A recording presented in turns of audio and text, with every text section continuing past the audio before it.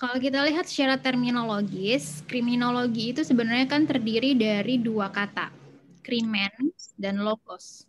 Krimennya sendiri itu berarti kejahatan, crime, krimen dalam bahasa Latinnya krimen, crime dalam bahasa Inggrisnya, dan logos dalam bahasa Latin adalah ilmu pengetahuan. Jadi kriminologi yang terdiri dari krimen dan logos itu berarti adalah kejahatan dan ilmu pengetahuan. Jadi kriminologi itu sendiri kalau kita gabungkan kedua kata krimen dan logos, dia adalah ilmu pengetahuan tentang kejahatan. Jadi pada prinsipnya kriminologi itu mempelajari tentang kejahatan. Jadi ilmu pengetahuan tentang kejahatan. Bukannya berarti Anda belajar tentang gimana jadi penjahat, bukan. Jadi bukan berarti ilmu pengetahuan tentang kejahatan itu means kita mau belajar jadi penjahat. No, tapi the other way around. Kita memahami kenapa terjadi kejahatan, apa faktor-faktor yang membuat seseorang itu menjadi jahat, dan kemudian itu akan mendeterminasi kebijakan hukum pidana nantinya. Nah, kalau kita lihat pengertian dari para ahli, misalnya dari Edwin Sutherland, menurut Sutherland, kriminologi itu mencakup proses pembuatan hukum. Jadi pertama, negara membuat hukum. Misalnya, dilarang membunuh orang lain. Barang siapa menghilangkan nyawa orang lain dipidana dengan pembunuhan dengan ancaman pidana 15 tahun penjara. Mempelajari proses pembuatan hukum itu sendiri. Setelah hukum itu ada, terjadi pelanggaran hukum oleh masyarakat. Ada aja orang yang melakukan pembunuhan. Kenapa orang itu melakukan pembunuhan? Kenapa terjadi pelanggaran hukum terhadap ketentuan yang sudah ada? Itu juga dipelajari dalam hukum kriminologi. Kemudian, bagaimana reaksi atas pelanggaran hukum tersebut oleh masyarakat yang lain? Kalau misalnya masyarakat itu melihat nggak pakai masker itu biasa-biasa aja gitu. Ada pelanggaran, tapi masyarakat lain cuek-cuek aja atas pelanggaran itu. Kenapa seperti itu gitu. Jadi pada prinsipnya kriminologi itu prosesnya cukup panjang. Mulai dari proses pembuatan peraturan hukumnya sendiri, selanjutnya proses peraturan itu dilanggar oleh masyarakat, kemudian proses bagaimana reaksi masyarakat lain terhadap pelanggaran tersebut. Jadi sebenarnya kriminologi itu membahas aspek-aspek sosial terkait dengan perilaku masyarakat, kenapa dia melanggar hukum, dan bagaimana reaksi masyarakat lain terhadap pelanggaran hukum tersebut. Itu menurut Sutherland. Kemudian Sutherland membagi 3 cabang utama dari kriminologi, yaitu sociology of law, etiology of criminal, dan penology. Sociology of law yaitu sebagai analisis ilmiah kondisi-kondisi perkembangan hukum pidana dalam masyarakat.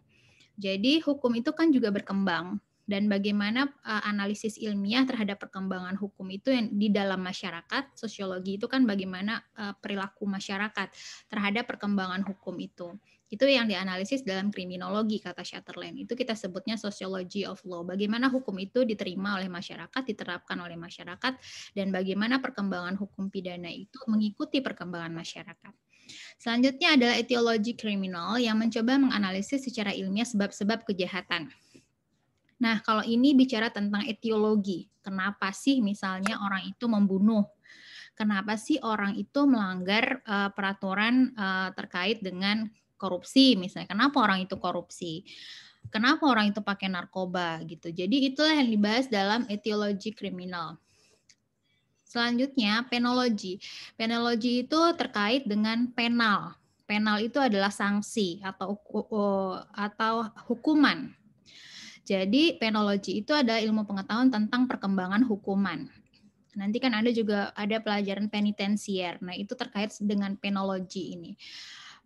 Ilmu pengetahuan tentang penal. Penal itu sanksi atau hukuman. Jadi ilmu pengetahuan tentang hukuman.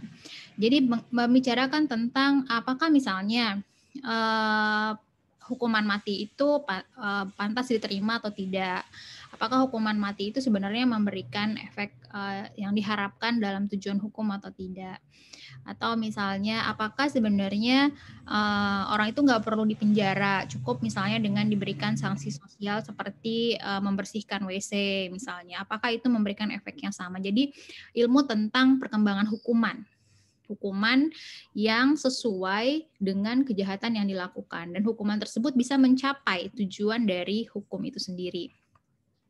Nah, jadi kalau tadi Sutherland bilang bahwa bahwa kriminologi itu berbicara tentang proses pembentukan hukum, kemudian proses pelanggaran hukum oleh masyarakat dan kemudian reaksi masyarakat.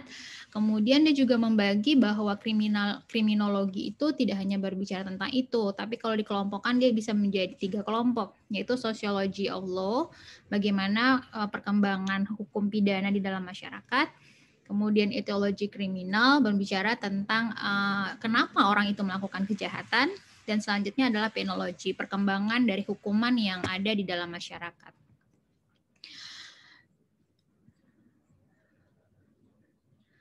Sedangkan ahli berikutnya adalah Selin. Selin justru memberikan pengertian kriminologi yang lebih luas dibandingkan dengan Sutherland. Shalin menjelaskan bahwa sebenarnya kriminologi itu tidak hanya sebatas pelanggaran hukum, gitu, tetapi semua penyimpangan perilaku masyarakat dari norma-norma yang diterima di masyarakat tersebut itu adalah kajian kriminologi. Jadi gini, bedakan antara tindak pidana dengan kejahatan, kata Selin. Tindak pidana adalah perbuatan-perbuatan yang dinyatakan dilarang dalam undang-undang yang dapat dikenakan sanksi pidana. Contohnya pembunuhan, pemerkosaan, penganiayaan, penghinaan, korupsi, narkotika, terorisme, banyak. Tindak pidana, ada undang-undangnya, ada undang-undang yang mengaturnya. Tapi misalnya LGBT, ada nggak aturannya sekarang? Kan tidak ada. Itu penyimpangan perilaku yang ada di dalam masyarakat, tapi aturannya belum ada. Atau misalnya merokok, itu sebenarnya adalah penyimpangan perilaku. Dari kesehatan tidak baik, orang lain terganggu, tapi aturan secara tegas untuk menyatakan bahwa merokok itu ada suatu tindak pidana, itu belum ada, kecuali di beberapa perda ya. Nah, jadi kata Selin, sebenarnya kriminologi itu tidak hanya membatasi diri terhadap tindak pidana. Tindak pidana berarti dia sudah diundangkan di dalam sebuah undang-undang pidana. Sedangkan kriminologi itu dia membahas juga semua penyimpangan-penyimpangan perilaku. Jadi anak remaja yang melakukan kenakalan-kenakalan remaja itu juga adalah topik yang dibahas juga dalam kriminologi. Nah, jadi Selin membahas kriminologi itu dalam konteks yang lebih luas objeknya dibandingkan dengan Sutherland. Kalau Sutherland hanya memfokuskan pada peraturan perundang-undangan dan penyimpangan-penyimpangan yang dilakukan oleh masyarakat terhadap peraturan tersebut. Kalau Selin melihat semua perilaku menyimpang, itu adalah objek kriminologi. Nah, definisi itu diperluas ditambah menjadi conduct norms. Conduct norms dalam masyarakat itu bisa berdasarkan nilai-nilai kesopanan, nilai-nilai kesusilaan, standar hukum adat, agama, dan hukum. Jadi hukum juga termasuk di dalamnya. Jadi segala penyimpangan, kan Anda juga saya pikir sudah belajar di pengantar hukum, pengantar ilmu hukum, bahwa sebenarnya ada banyak norma-norma yang hidup di dalam masyarakat kita. Ada norma kesopanan, ada norma kesusilaan, ada norma adat, ada nilai-nilai agama, dan ada nilai-nilai itu yang sesuai dengan hukum positif Indonesia. Ada juga yang nilai-nilai itu belum dimasukkan dalam hukum positif Indonesia gitu. Misalnya terkait dengan nilai-nilai kesusilaan, kesopanan misalnya. Dalam hukum Indonesia standar kesopanan kan juga berbeda-beda. Pakai rok mini apakah itu melanggar kesopanan atau tidak? Kalau kita hidup di Sumatera Barat, Anda akan dipelototin orang tuh, orang salah kostum atau gimana gitu kan, pasti akan dipelototin orang gitu. Tapi kalau Anda misalnya ada di Australia, itu biasa aja, apalagi kalau lagi summer gitu, orang udah kayak nggak pakai baju aja udah itu di jalan gitu. Jadi nilai-nilai kesopanan itu pun punya standar yang berbeda-beda sesuai dengan waktu tertentu, sesuai dengan wilayah tertentu. Nah, kriminologi dia melihat bahwa kalau menurut Selin segala penyimpangan yang diterima oleh masyarakat itu. Jadi penyimpangan perilaku dari anggota masyarakat terhadap norma-norma yang diterima secara umum di masyarakat tersebut. Berbeda dengan Sutherland yang memfokuskan hanya pada bagian hukum ini saja, Nah, jadi kalau kita lihat di sini ada norma kesopanan, kesusilaan, adat, agama, dan hukum. Selin menyatakan objek kriminologi adalah semua penyimpangan terhadap norma-norma ini. Sedangkan kalau Sutherland dia hanya melihat penyimpangan terhadap norma hukum saja. Gitu. Jadi ada skop yang lebih kecil dalam pengertian kriminologi menurut Sutherland, sedangkan Selin melihat segala penyimpangan dari perilaku masyarakat. Objek studi kriminologi selain perbuatan yang berlawanan dengan hukum juga tingkah laku yang tidak disukai masyarakat meski itu bukan tindak pidana. Itu menurut Selin. Nah, selanjutnya menurut Wolfgang Savitz dan Johnston dalam bukunya The Sociology of Crime and Delinquency, kriminologi itu adalah kumpulan ilmu pengetahuan tentang kejahatan yang bertujuan untuk memperoleh pengetahuan dan pengertian tentang gejala kejahatan dengan jalan mempelajari dan menganalisis secara ilmiah keterangan-keterangan, keseragaman-keseragaman, pola-pola, dan faktor-faktor kausal yang berhubungan dengan kejahatan, pelaku kejahatan, serta reaksi masyarakat terhadap keduanya. Jadi kalau menurut Wolfgang dan teman-teman, sebenarnya kriminologi itu dia melihat pola-pola, keseragaman-keseragaman. Misalnya, kayaknya kalau di kota Padang itu berdasarkan pola kejahatan yang terjadi itu paling sering terjadi adalah tindak pidana apa gitu. Berdasarkan pola-pola dan keseragaman di suatu tempat misalnya, atau sepertinya kejahatan pembunuhan itu seringnya terjadinya di hari-hari tertentu gitu. Dia melihat pola-pola itu. Jadi dia mencoba untuk mempolakan, melihat keterangan-keterangan dan menganalisis faktor-faktor itu kepada kenyataan yang ada, berdasarkan kenyataan yang ada. Dan kemudian dia menghubungkannya dengan kejahatan itu sendiri, dengan pelaku kejahatan. Pelaku kejahatan berarti orang yang melakukannya. Misalnya, kayaknya orang dengan background pendidikan seperti ini punya kecenderungan untuk melakukan tindak pidana apa gitu. Jadi dia melihat pola-pola seperti itu. Kemudian bagaimana reaksi masyarakat terhadap keduanya. Nah, kalau Wolfgang melihat penganalisisan kriminologi itu jauh lebih ilmiah dan sistematis dari fakta-fakta, pola-pola, keterangan-keterangan yang berulang gitu, sehingga dia menarik sebuah generalisasi dari pola-pola tersebut. Oke, jadi pada prinsipnya objek dari kriminologi itu kalau dari ketiga pendapat yang kita bahas di atas, membahas pertama perbuatan yang disebut sebagai kejahatan, kejahatannya itu sendiri. Yang kedua, dari sisi pelaku kejahatannya, baik background-nya, tipologinya, kemudian kenapa dia melakukan kejahatan. Yang ketiga adalah reaksi masyarakat terhadap kejahatan dan penjahat itu sendiri. Jadi kalau masyarakat melihat korupsi itu biasa-biasa aja, cenderung permisif terhadap korupsi, itulah reaksi masyarakat terhadap korupsi gitu. Jadi kriminologi itu juga melihat bagaimana sih sebenarnya reaksi masyarakat terhadap kejahatan yang dilakukan oleh si pelaku dan kejahatannya itu sendiri. Jadi reaksinya itu terhadap orang yang melakukannya seperti apa, reaksi terhadap kejahatannya itu sendiri seperti apa. Jadi pada prinsipnya tiga objek utama dari kriminologi itu adalah pertama kejahatannya, perbuatannya apa, kedua adalah pelakunya, bagaimana tipologi pelakunya, background pelakunya, kenapa pelaku yang melakukan kejahatan, those kind of thing. Dan kemudian bagaimana reaksi masyarakat terhadap kejahatan itu dan pelaku kejahatan itu. Oke. Selanjutnya, kriminologi menurut Bonger. Bonger ini juga adalah ahli kriminologi yang sangat terkenal. Dia mendefinisikan kriminologi sebagai ilmu pengetahuan yang bertujuan menyelidiki gejala-gejala kejahatan seluas-luasnya. Dia membagi kriminologi itu menjadi kriminologi murni dan kriminologi terapan. Nah, kalau Bonger lebih simpel melihat pokoknya segala sesuatu yang berhubungan dengan kejahatan lah itu adalah kriminologi. Terus dia membaginya menjadi kriminologi murni dan kriminologi terapan.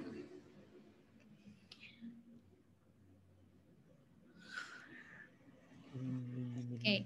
Yang disebut dengan kriminologi murni itu ada antropologi kriminal, ada sosiologi kriminal, ada psikologi kriminal, ada psikopatologi dan neuropatologi kriminal, dan penologi.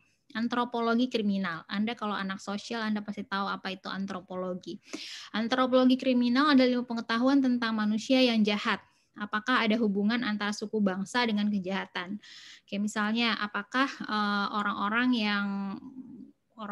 dengan background bangsa tertentu itu dia lebih cenderung melakukan kejahatan apa gitu. Antropologi dia statis, kalau sosiologi dia dinamis. Sosiologi kriminal ilmu pengetahuan tentang kejahatan sebagai suatu gejala sosial masyarakat. Jadi karena manusia itu saling berinteraksi sehingga terjadi tindak pidana dari gejala sosial masyarakat yang saling berinteraksi tersebut. Kemudian psikologi kriminal ilmu pengetahuan yang melihat penjahat dari sudut kejiwaannya. Bisa jadi orang-orang dengan tingkat emosional yang tinggi itu punya kecenderungan untuk melakukan kejahatan lebih tinggi dibandingkan dengan orang-orang yang memiliki kemampuan kejiwaan yang baik. Itu memang itu faktanya seperti itu. Itu menurut psikologi. Atau orang-orang dengan usia tertentu punya kecenderungan untuk melakukan pelanggaran hukum lebih tinggi dibandingkan orang-orang dengan usia tertentu. Itu psikologi kriminal, melihat bagaimana kejiwaan seseorang itu bisa berpengaruh terhadap perilakunya dalam mematuhi hukum. Selanjutnya psikopatologi dan neuropatologi kriminal. Ilmu pengetahuan tentang penjahat yang sakit jiwa atau saraf. Jadi misalnya kalau secara kejiwaan itu berarti psikologisnya. Tetapi kalau dari susunan syaraf-syarafnya yang terganggu, itu berarti disebutnya psikopatologi atau neuropatologi. Neuropatologi itu kan berarti syaraf-syaraf yang terganggu. Jadi bisa jadi orang itu sebenarnya dia terlihat seperti orang normal, tapi dia memiliki susunan syaraf yang tidak sempurna, sehingga itu mendorong dia untuk lebih cenderung melakukan tindak pidana. Kemudian ada penologi, ilmu tentang pertumbuhan dan perkembangan pidana. Pidana itu penal. Penal itu adalah sanksi pidana, sanksinya, kenestapaannya. Jadi apa saja bentuk-bentuk sanksi dan perkembangan sanksi pidana itu yang dibahas dalam penologi. Nah, jadi kalau menurut Bonger, kriminologi murni itu adalah antropologi kriminal, sosiologi kriminal, psikologi kriminal, psikopatologi dan neuropatologi, dan penologi. Selanjutnya, yang terapan,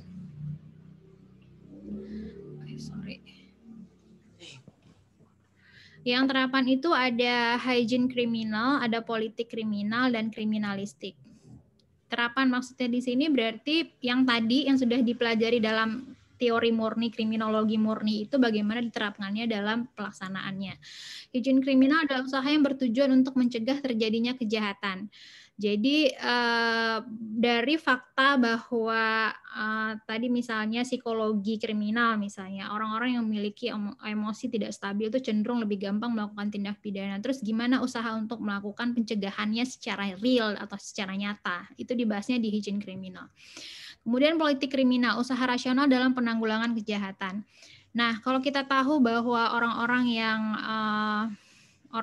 yang lebih muda itu cenderung untuk lebih kurang stabil dalam mengendalikan emosinya, terus bagaimana cara menanggulangi secara rasional? Apakah perlu dilakukan pendidikan terhadap remaja-remaja terkait dengan penggunaan narkotika misalnya? Jadi bagaimana politik kriminal untuk menanggulanginya secara nyata? Kemudian kriminalistik, ilmu tentang pelaksanaan penyidikan, teknik, dan pengusutan kejahatan. Kalau ini biasanya diterapkan di kepolisian. Jadi bagaimana polisi itu mencari pelaku penyebaran video porno Gisel. Nah, itu adalah ilmu kriminalistik. Itu adalah proses ilmu yang dipelajari oleh penyidik. Penyidik itu kan polisi kalau dalam konteks hukum di Indonesia. Polisi untuk menemukan pelaku, untuk mengusut suatu perkara. Gitu. Jadi itu disebut dengan kriminalistik. Jadi kriminologi terapan itu adalah bagaimana mengaplikasikan dalam kenyataannya ilmu-ilmu kriminologi murni yang sudah dibahas tadi menjadi lebih aktual dalam pelaksanaannya.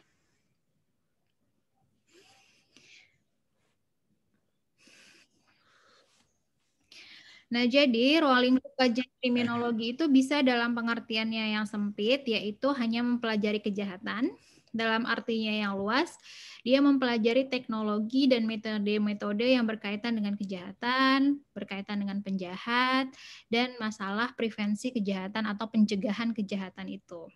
Kemudian Chatterland juga kriminologi mencakup proses pembuatan hukum, proses bagaimana masyarakat kemudian melakukan pelanggaran terhadap hukum tersebut, dan bagaimana reaksi atas pelanggaran hukum itu.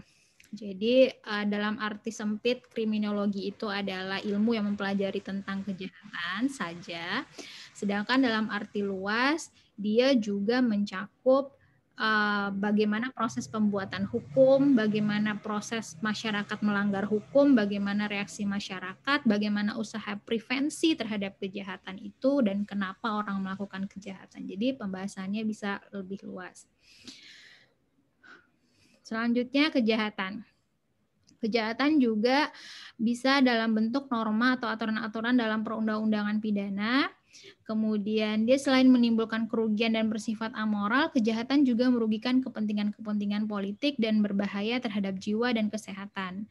Pelanggaran kekuatan ekonomi secara melawan hukum seperti pelanggaran peraturan perburuhan, lingkungan, perpajakan, HAM, dan seterusnya. Jadi kejahatan itu sendiri juga berkembang dari hal-hal yang bersifat tradisional seperti misalnya pembunuhan, pemerkosaan, itu kan tindak pidana yang dari zaman dahulu kala, dari zaman anak Adam, itu pembunuhan sudah ada gitu.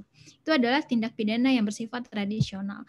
Kemudian berkembang ke masyarakat yang lebih modern, perkembangan ekonomi membuat orang-orang mulai melakukan hal-hal yang bertentangan satu sama lain untuk mendapatkan keuntungan yang sebesar-besarnya, melakukan pencemaran lingkungan, perusakan hutan, dan sebagainya. Semakin berkembang teknologi, orang menghina nggak lagi langsung, bisa lewat IT, orang bisa melakukan prostitusi online, segala macam. Jadi kejahatan itu pun berkembang sesuai dengan bagaimana masyarakat itu berkembang. Selanjutnya dari pelaku. Pelaku itu orang yang melakukan kejahatan atau kita sebutnya penjahat.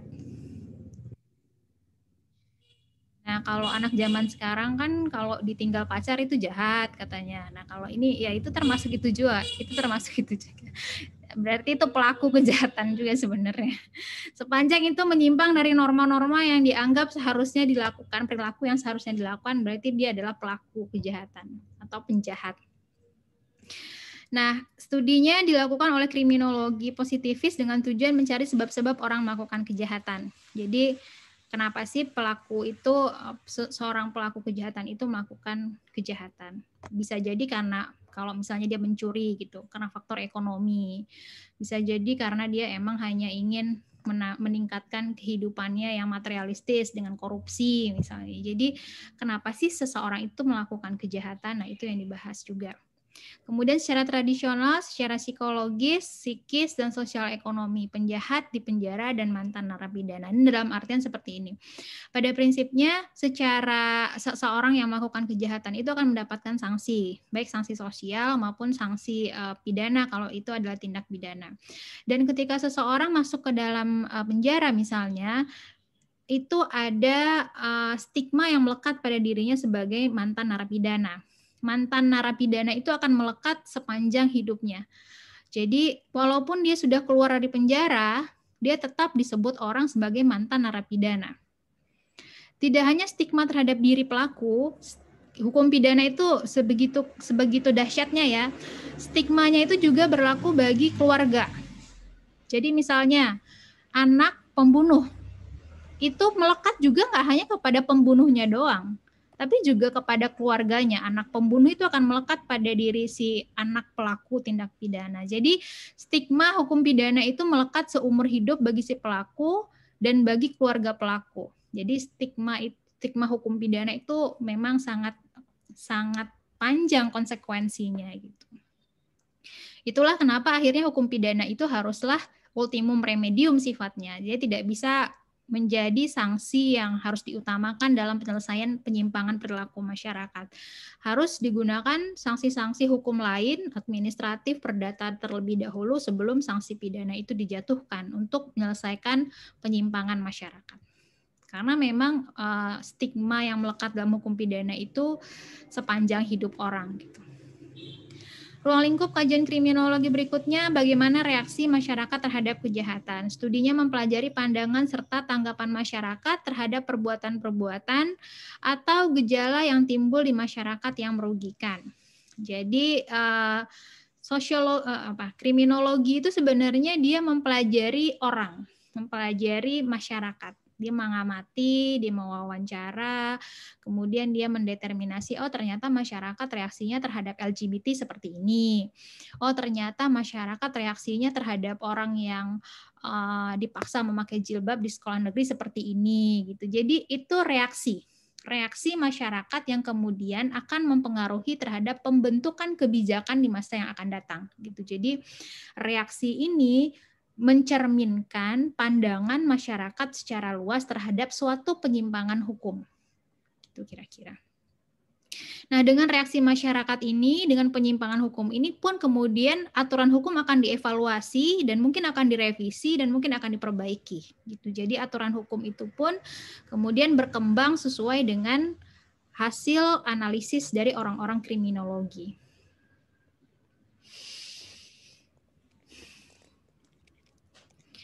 Selanjutnya, tujuan dari mempelajari kriminologi. Pertama, untuk memperoleh pemahaman secara mendalam tentang manusia sebagai individu, sosial, struktur masyarakat yang mempengaruhi terjadinya kejahatan. Kedua, mencari, merumuskan cara-cara rasional, efektif untuk mencegah kejahatan dengan menggunakan sarana penal, hukum pidana, dan non-penal atau kebijakan sosial. Jadi, memahami bagaimana seseorang itu sebagai individu, berarti diri dia sendiri, kemudian dia sebagai bagian dari masyarakat yang memiliki interaksi dengan orang lain yang ada di dalam struktur masyarakat, dan bagaimana tipologi kejahatan dalam masyarakat-masyarakat dengan struktur tertentu gitu. Kemudian bagaimana, dan dari proses tersebut mencari atau merumuskan cara-cara rasional untuk mencegah kejahatan itu dilakukan, dan kemudian mendeterminasi apakah kemudian cara memperbaiki penyimpangan tersebut adalah dengan hukum pidana atau dengan penal atau dengan sanksi lainnya, dengan sanksi administratif misalnya. Jadi proses pembentukan peraturan hukum pidana akan sangat bergantung dari kajian orang kriminologi.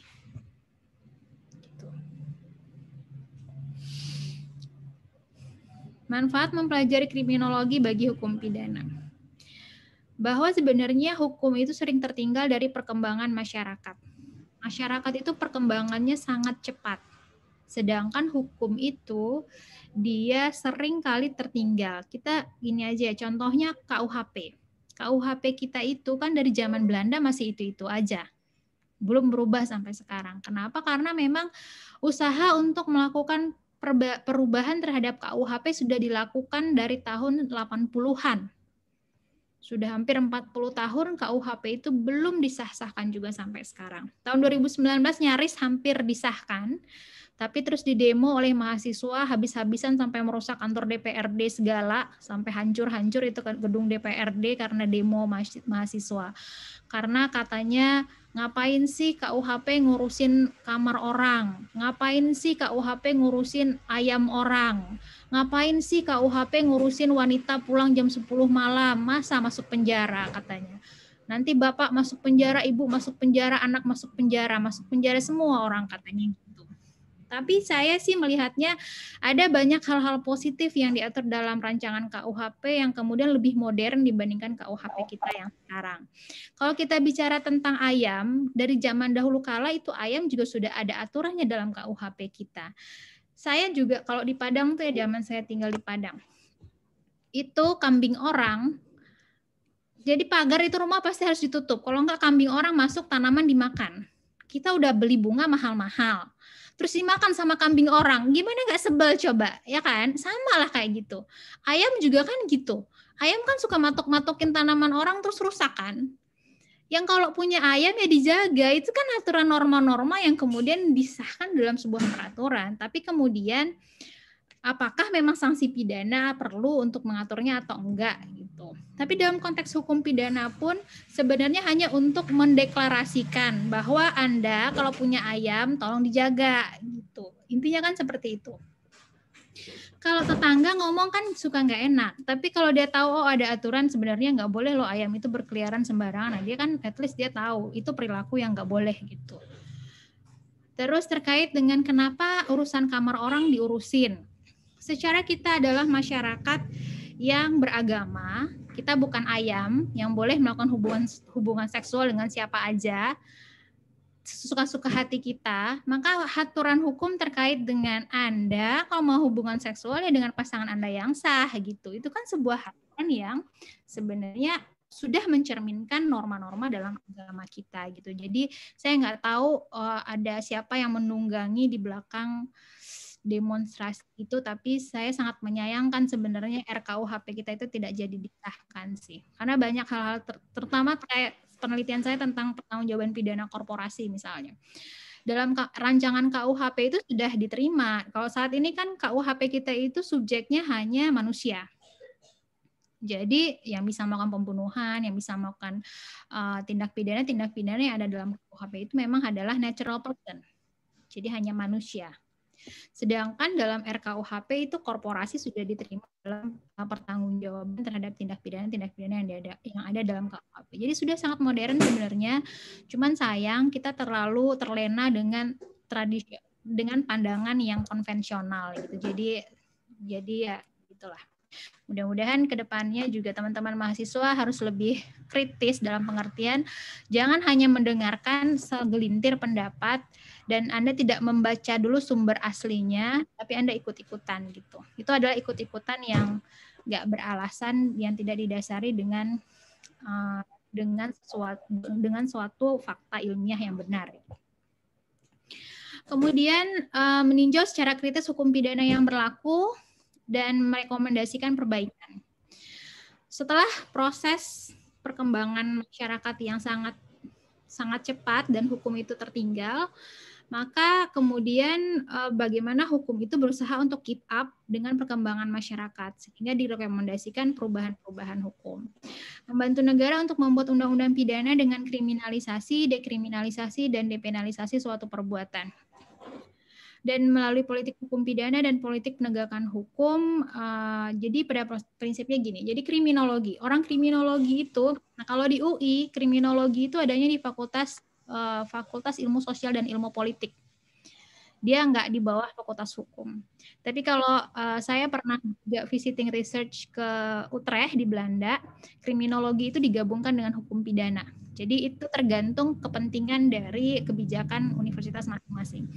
Jadi kriminologi itu sebenarnya sangat dekat dengan hukum pidana, tetapi pengkajian teorinya berbeda sekali. Kalau kriminologi, dia melihat fakta-fakta sosial di masyarakat.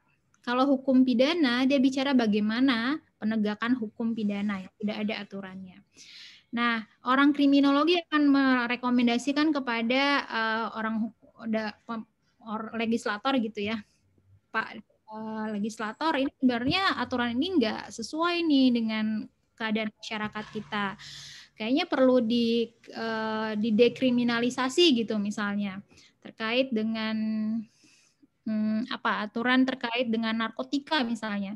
Sebenarnya narkotika itu ganja misalnya ada manfaatnya dan segala macam, kayak perlu dekriminalisasi. Ada kriminalisasi. Kalau kriminalisasi kayaknya LGBT ini sudah sangat mengganggu. Ini perlu kita kriminalisasi misalnya.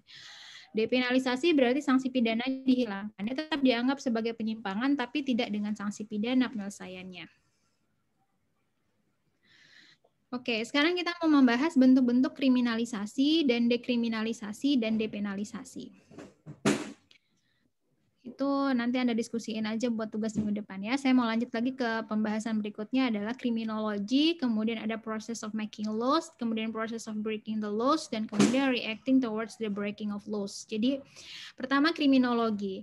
Kriminologi kemudian dia membahas dari hasil penelitian orang kriminologi, Kemudian bahwa katanya penjahat itu dia lebih sering melakukan tindak pidana pada pembunuhan gitu, misalnya pembunuhan pada saat terjadinya tingginya interaksi sosial.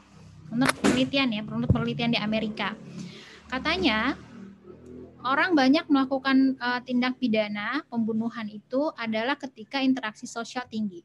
Interaksi sosial tinggi kalau di Amerika itu adalah hari Sabtu jam 8 malam. Jadi orang banyak mabok-mabokan, kemudian banyak terjadi interaksi sosial, dan pembunuhan itu banyaknya terjadi hari Sabtu jam 8 sampai jam 12 malam. Itu menurut hasil penelitian. Kemudian bagaimana proses of making laws-nya kemudian dari hasil penelitian tersebut. Misalnya dibuat aturan bahwa jam malam itu untuk hari Sabtu tidak boleh kumpul-kumpul, contohnya aja ya. Kemudian terjadi proses breaking of laws. Jadi setelah dibuat aturan, masyarakat ternyata merasa gimana kita nggak bisa kumpul-kumpul hari Sabtu, ada-ada aja nih pemerintah gitu. Terus di break itu laws-nya, dilanggar. Kemudian reacting towards the breaking of laws, bagaimana reaksi masyarakat terhadap pelanggaran hukum tersebut. Oke, saya lanjut sedikit terkait dengan aliran dalam perkembangan kriminologi. Aliran dalam perkembangan kriminologi itu ada aliran klasik, ada aliran positif, determinisme biologis, determinisme sosiologis, aliran kartografik, aliran marxis atau aliran konflik. Oke, aliran klasik. Muncul pada abad ke-18 dipelopori oleh Beccaria. Beccaria ini adalah seorang filsuf yang sangat terkenal yang mendasari banyak konsep-konsep hukum pidana. Pemidanaan terutama. Dia itu adalah ahli matematika sebenarnya, jadi bukan ahli hukum, tapi ahli matematika, berkebangsaan Italia. Menurut dia, manusia adalah makhluk yang memiliki kehendak bebas atau free will, memiliki kemampuan untuk memperhitungkan segala tindakan berdasarkan keinginannya atau hedonisme. Nah, jadi selanjutnya pemikiran Beccaria ini dikembangkan oleh Bentham, Jeremy Bentham. Dia menyatakan bahwa manusia mempunyai kebebasan memilih perbuatan yang dapat memberikan kebahagiaan bagi dirinya dan menghindari perbuatan yang dapat memberikan penderitaan. Setiap orang yang melanggar hukum telah memperhitungkan rasa sakit yang diperoleh dari perbuatan tersebut. Coba Riyad, kenapa Riyad hadir di perkuliahan pagi ini? Karena itu merupakan sebuah kewajiban, Mem. Karena itu merupakan sebuah kewajiban. Kalau Riyad nggak hadir, ada konsekuensinya nggak? Ada, Mem. Konsekuensinya apa? Nilai kurang, Mem. Nilainya menjadi kurang. Nah, tapi Riyad datang ke sini sebenarnya berdasarkan kehendak bebas Riyad sendiri kan? Iya, Mem. Maksudnya sebenarnya Riyad punya pilihan untuk datang atau nggak datang ke perkuliahan. Itu disebut free will itu. Jadi seseorang itu sebenarnya dia punya pilihan antara A dan B. Ketika dia ingin memperkosa orang, dia ada pilihan untuk gue jadi memperkosa atau gue nggak jadi memperkosa. Setiap orang sebelum melakukan kejahatan, dia ada pilihan dalam hidupnya untuk melakukan sesuatu. Ketika dia memilih untuk melakukan sesuatu, dia sudah memperhitungkan segala tindakannya tersebut. Jadi kalau misalnya dia tahu memperkosa sebentar enak nggak? Mungkin enak katanya. Terus tapi ada konsekuensi nggak setelah gue memperkosa? Ada, gue bisa ketangkap, gue bisa digebukin sama bapaknya, terus gue bisa masuk penjara. Orang yang memilih untuk tetap melakukan pemerkosaan, dia tahu konsekuensi apa yang dia dapatkan. Kalau dia kemudian lebih merasa lebih enak memperkosa dibandingkan konsekuensi lainnya, dia keep doing it gitu. Jadi dia akan memperkosa. Orang yang mencuri, dia juga sudah memperhitungkan. Kalau mencuri mungkin dapat uang, tapi ada konsekuensi setelah mencuri, dia bisa ditangkap, bisa masuk penjara. Orang yang mencuri punya pilihan sebenarnya, tapi dia tetap memilih melakukan tindak pidana tersebut dengan free will-nya. Jadi setiap manusia itu punya free will dalam melakukan sesuatu dengan mempertimbangkan keinginannya, dengan mempertimbangkan mana yang akan lebih memberikan keuntungan bagi dirinya. Jadi pada prinsipnya setiap manusia itu dia punya pilihan untuk berbuat dosa atau berbuat sebaliknya. Gitu. Itu menurut pandangan klasik bahwa manusia secara individu dia memiliki free will untuk memilih melakukan suatu kebaikan atau memilih untuk melakukan sebuah dosa dengan mempertimbangkan konsekuensi-konsekuensi dari melakukan atau tidak melakukan sesuatu berdasarkan free will atau kehendak bebas dari dirinya sendiri. Kemudian aliran sosialis, Marxis atau konflik. Berawal dari penolakan kaum buruh industri dan tani pada abad ke-19 atau awal 20-an berdasarkan prinsip solidaritas dan memperjuangkan masyarakat egalitarian, bukan hanya segelintir elit. Pemikirnya adalah Karl Marx dan Engels. Kejahatan dipengaruhi oleh adanya tekanan ekonomi. Sehingga untuk melawan kejahatan harus diadakan peningkatan ekonomi untuk mencapai kemakmuran bersama. Menghubungkan kondisi kejahatan dengan kondisi ekonomi yang dianggap memiliki hubungan sebab akibat. Nah, menurut Karl Marx, bahwa kejahatan itu terjadinya karena kondisi ekonomi yang tidak baik. Dan karena adanya ketimpangan kekayaan yang berbeda antara orang kaya dengan orang miskin, itu memicu terjadinya kejahatan. Sehingga kondisi ekonomi itu dianggap sebagai dasar penyebab orang melakukan kejahatan. Oleh itu, katanya Karl Marx, orang itu harus sama semuanya, harus sama-sama kaya. Nggak ada yang kaya banget, nggak ada yang miskin banget. Sehingga orang itu nggak akan melakukan kejahatan kalau orang itu kehidupannya itu sama rata. Kira-kira seperti itu. Selanjutnya, aliran kartografik atau aliran ekologi atau geografik berkembang pada tahun 1830-an sampai 1880-an di Prancis, Inggris, dan Jerman. Quetelet dan Guéry distribusi kejahatan dalam daerah-daerah tertentu baik secara geografis maupun secara sosial. Penyebaran kejahatan pada wilayah tertentu berdasarkan faktor geografik dan sosial. Kejahatan adalah perwujudan dari kondisi geografis dan sosiologis yang berbeda.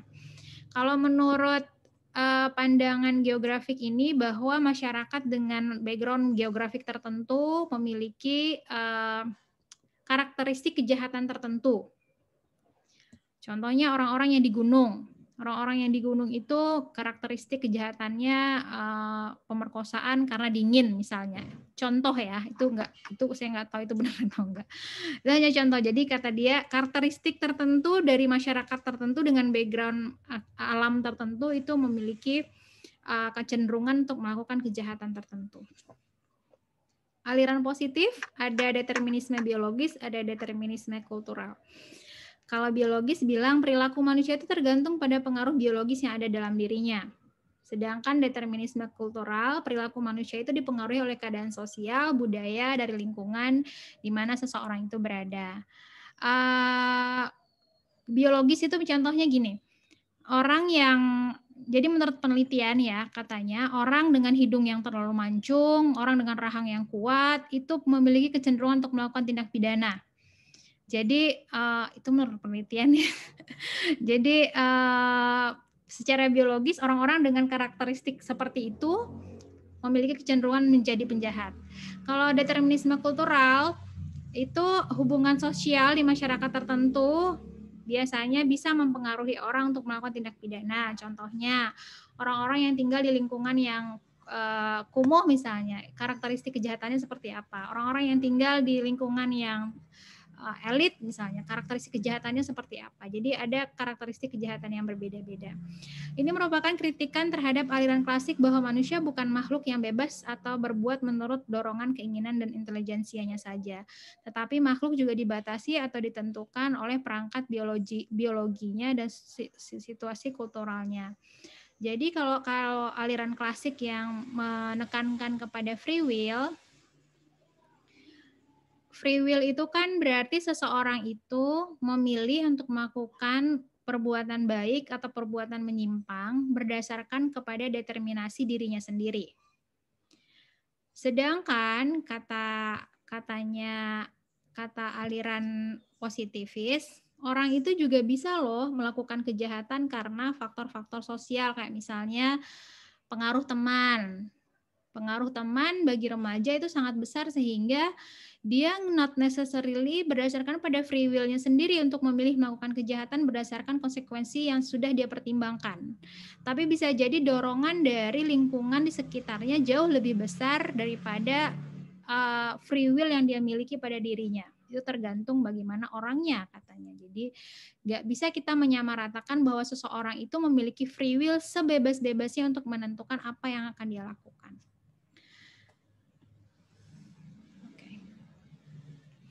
Determinisme biologis, pelopor aliran positif determinisme biologis adalah Cesare Lombroso. Criminal is born, not made, katanya. Teori born criminal. Lombroso merupakan orang pertama yang meletakkan metode ilmiah, rational scientist thinking and experimental dalam mencari penjelasan tentang sebab kejahatan dan melihatnya dari banyak faktor. Teori born criminal banyak dipengaruhi oleh teori evolusi Darwin, yang mana sifat hewani itu diturunkan oleh nenek moyang manusia yang katanya berasal dari kera, masih melekat pada sebagian orang yang cenderung menjadi jahat. Jadi manusia jahat dapat ditandai dari ciri-ciri fisiknya tertentu. Contohnya tengkoraknya yang asimetris, rahangnya yang panjang, gigi taringnya yang kuat, dan lain-lain. Jadi Lombroso ini dia adalah dokter. Dia dokter yang bertugas di rumah sakit militer. Kemudian dia melakukan penelitian di rumah sakit militer tersebut dan dia melihat ciri-ciri fisik dari orang-orang yang masuk penjara militer tersebut. Katanya di penjara militer itu orang-orang dengan ada karakteristik yang sama dari fisiknya, dari biologisnya. Ternyata orang yang tengkoraknya nggak simetris, terus rahangnya itu panjang, gigi taringnya itu kuat, dia cenderung orang yang memiliki karakteristik seperti itu di penjara katanya. Berarti orang-orang dengan ciri-ciri seperti ini dia sebenarnya dia born criminal. Jadi coba Anda lihat muka Anda. Ada tengkorak yang asimetris di muka Anda, nah mungkin Anda bisa jadi orang yang bisa menjadi kriminal juga in the future gitu. Itu katanya Lombroso. Jadi kata dia sebenarnya manusia itu adalah turunan hewan. Sehingga ketika proses evolusinya belum sempurna, sifat-sifat hewannya itu masih ada.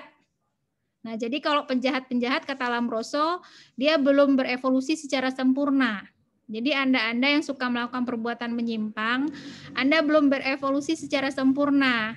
Anda masih memiliki sifat-sifat hewani yang perlu Anda evolusikan dengan segera. Ya. Nah, itu menurut Lombroso. Jadi bahwa sebenarnya ada ciri-ciri fisik dari pelaku tindak pidana. Dan Lombroso ini adalah orang pertama yang melakukan penelitian secara ilmiah dari bentuk-bentuk fisik yang jelas gitu. Berbeda dengan teori klasik yang menyatakan bahwa seseorang itu melakukan tindak pidana karena free will. Free will itu kan sulit dijelaskan dengan fakta. Sedangkan kalau Lombroso dia melakukan penelitian berdasarkan fakta empirik. Jadi di penjara militer itu ada sekian penghuninya dan dari sekian populasi tersebut yang memiliki tengkorak asimetris itu sekian persen, yang memiliki rahang panjang itu sekian persen. Jadi dia memiliki data empirik untuk menunjang penelitiannya. Di-compare dengan aliran klasik yang melihat bahwa orang itu melakukan kejahatan karena free will-nya. Itu adalah sesuatu yang penjelasannya sangat normatif, sangat filosofis gitu. Jadi ini Lombroso pelopor kriminologi. Baik, untuk perkuliahan hari ini saya pikir sampai di determinasi biologis. Kalau ada yang mau bertanya, dipersilahkan terkait dengan apa yang kita bahas hari ini. Izin bertanya, Mem. Ilham, silakan Ilham. Tapi ini pertanyaannya agak banyak, Mem, cuma bersambung. Coba dipersingkat aja. Yang pertama, Mem, soal kajian kriminologi.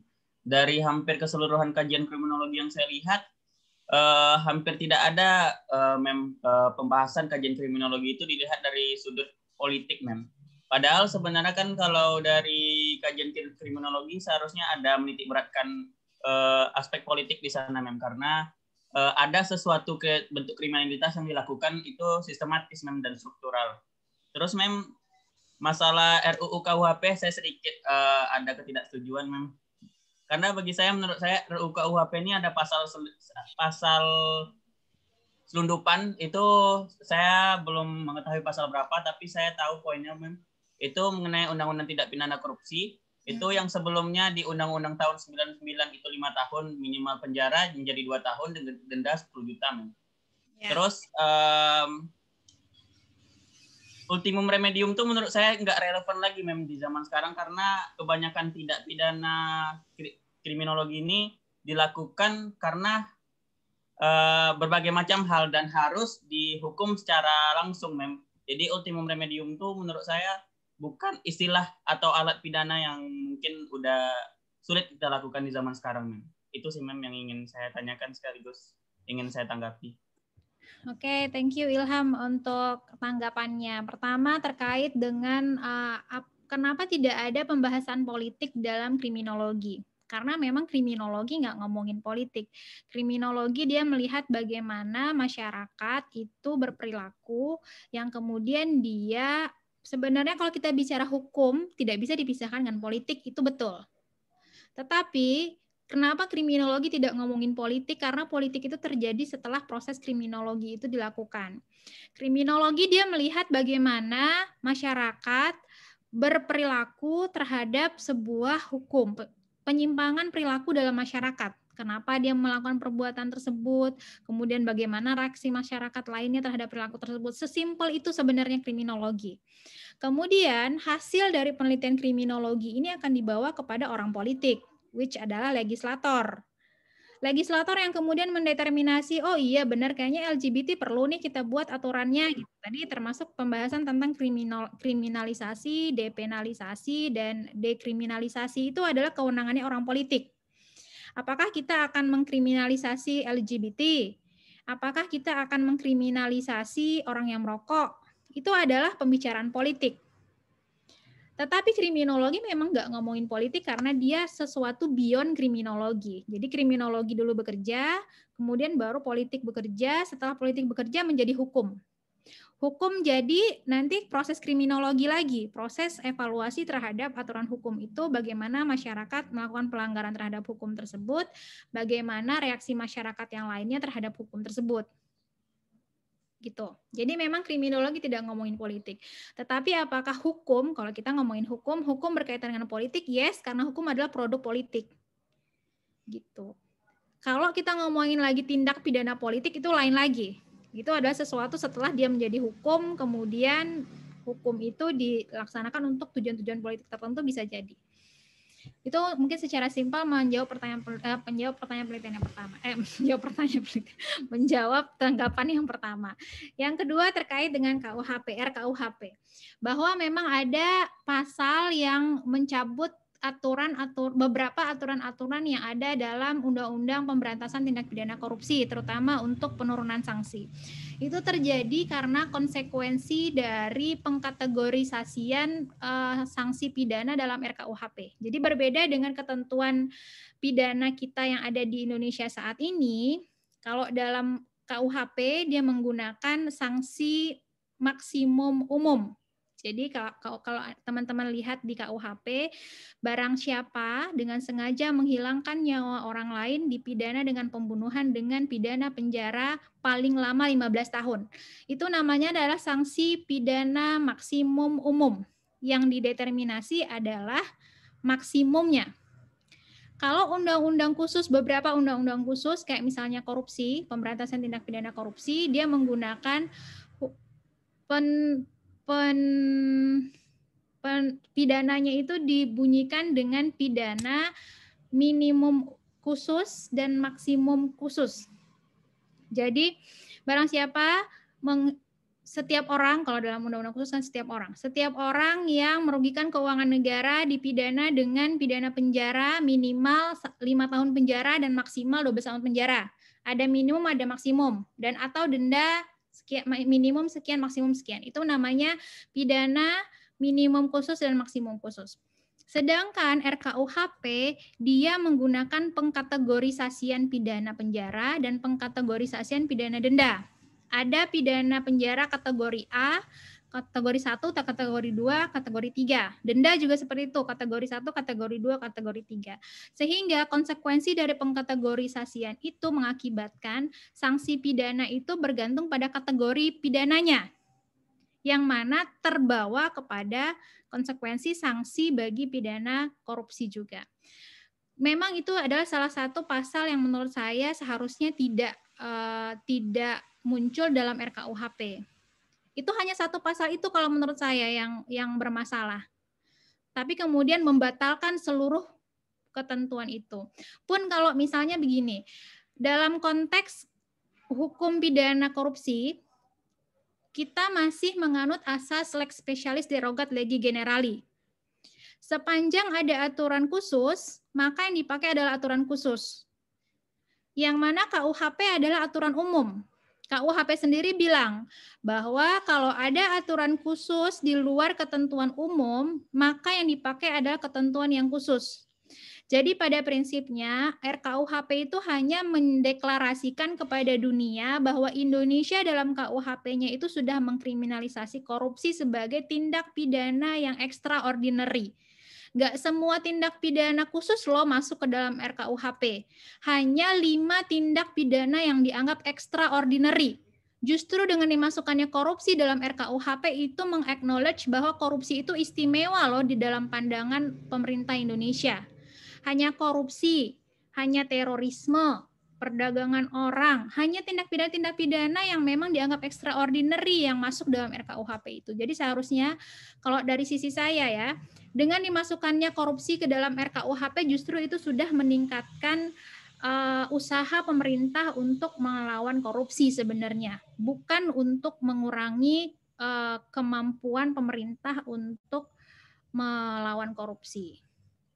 Pun kalau ada konsekuensi dari penurunan sanksi, menurut saya itu bisa dibahas dengan lebih mendalam dengan hanya menghilangkan satu pasal, dicabutnya pasal tentang sanksi-sanksi di dalam Undang-Undang Korupsi. Itu saja.